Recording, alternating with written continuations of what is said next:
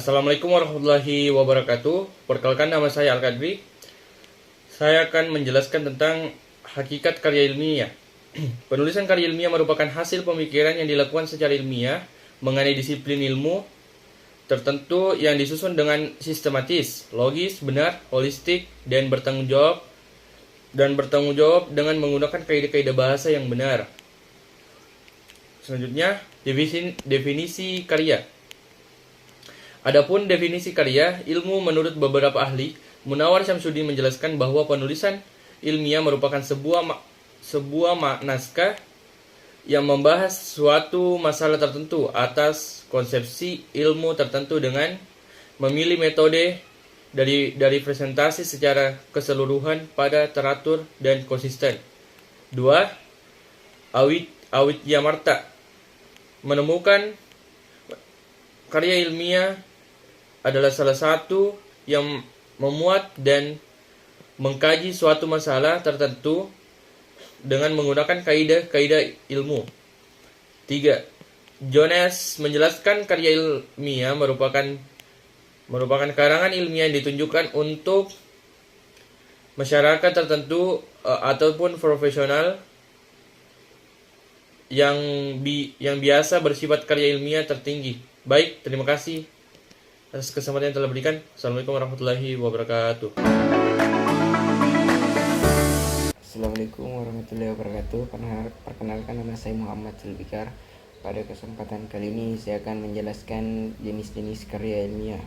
Jadi yang pertama itu karya ilmiah formal. Karya ilmiah formal ini mengikuti kaidah penulisan ilmiah yang sangat ketat dan sistematis. Contohnya itu berupa skripsi, tesis, dan disertasi. Jadi yang kedua itu karya ilmiah formal. Karya ilmiah formal ini lebih sederhana dibandingkan dengan karya formal. Jadi contohnya ini berupa kegiatan laporan atau makalah. Yang ketiga itu karya ilmiah populer.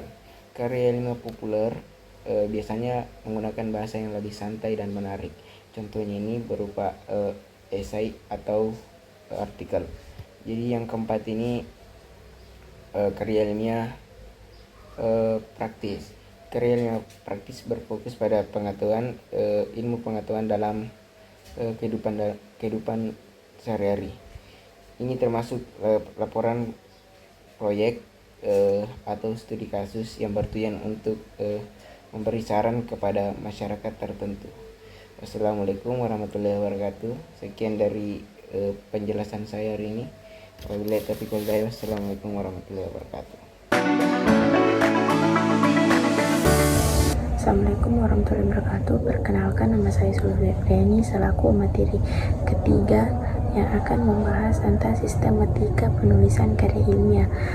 Sistematika penulisan karya ilmiah itu adalah struktur yang ikuti dalam penulisan karya ilmiah agar informasi yang disampaikan lebih jelas dan terorganisir. Ada beberapa komponen dalam penulisan karya ilmiah. Yang pertama itu bagian pembuka. Bagian pembuka itu ada sampul, di mana sampul itu kayak awal dari penulisan karya ilmiah. Tetapi sampul itu sesuai dengan aturan dalam universitas tersebut, di mana ada dibilang jenis hurufnya, ukuran fontnya, dan warna fontnya. Tuh. Yang selanjutnya juga ada halaman judul, di mana halaman judul itu ada nama penulis dan nama penulis. Hurufnya itu harus huruf tebal atau di dalam huruf itu kayak ada di situ kayak ditebalkan huruf halaman judulnya, dan halaman judul itu juga harus berbentuk huruf kapital atau huruf besar.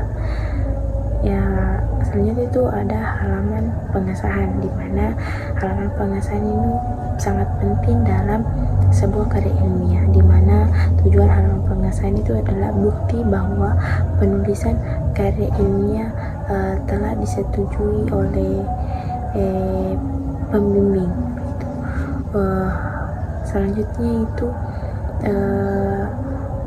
halaman pengesahan selanjutnya itu kata pengantar, di mana kata pengantar itu kayak ucapan terima kasih kepada seseorang yang terlibat dalam penulisan karya ilmiah tersebut.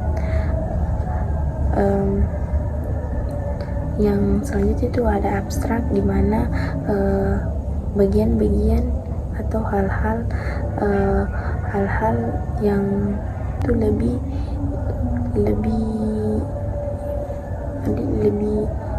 cepat memahami penulisan karya ilmiah tersebut.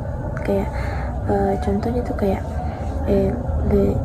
kalau itu abstrak kayak lebih cepat, tujuannya tuh kayak lebih cepat pembaca mengetahui tentang penulisan karya ilmiah tersebut, begitu. Yang kedua itu pendahuluan, di mana pendahuluan itu adalah latar belakang. Latar belakang itu kayak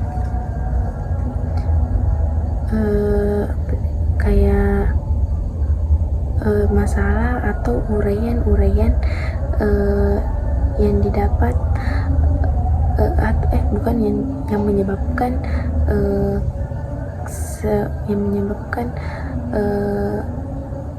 peneliti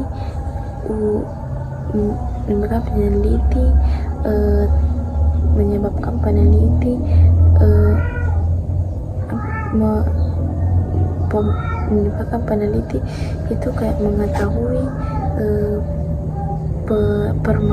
permasalahan tersebut, begitu. Dengan kata lain itu kayak latar belakang itu kayak bisa berbentuk paparan yang panjang atau berpoin-poin, begitu.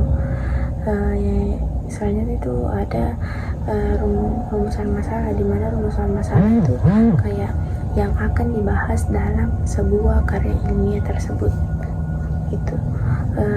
Dan ada tujuan masalah.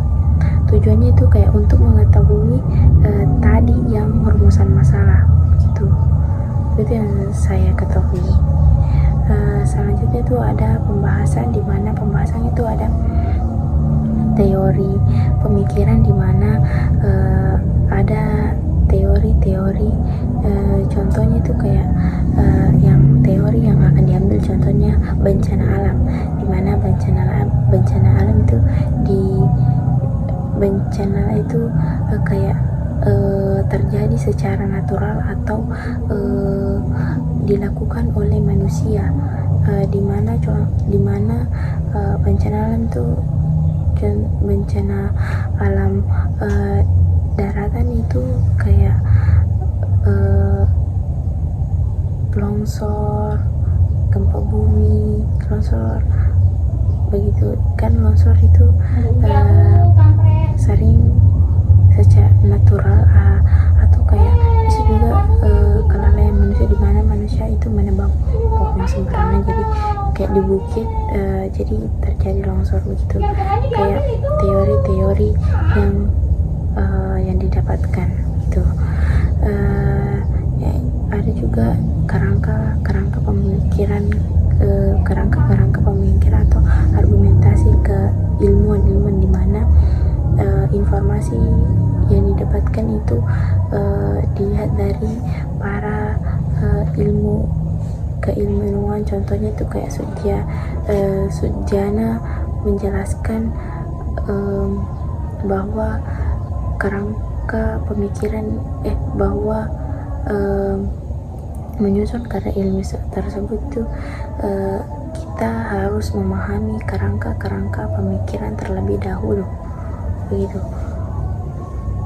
Contohnya kerangka pemikiran atau ilmu itu kayak didapati dari informasi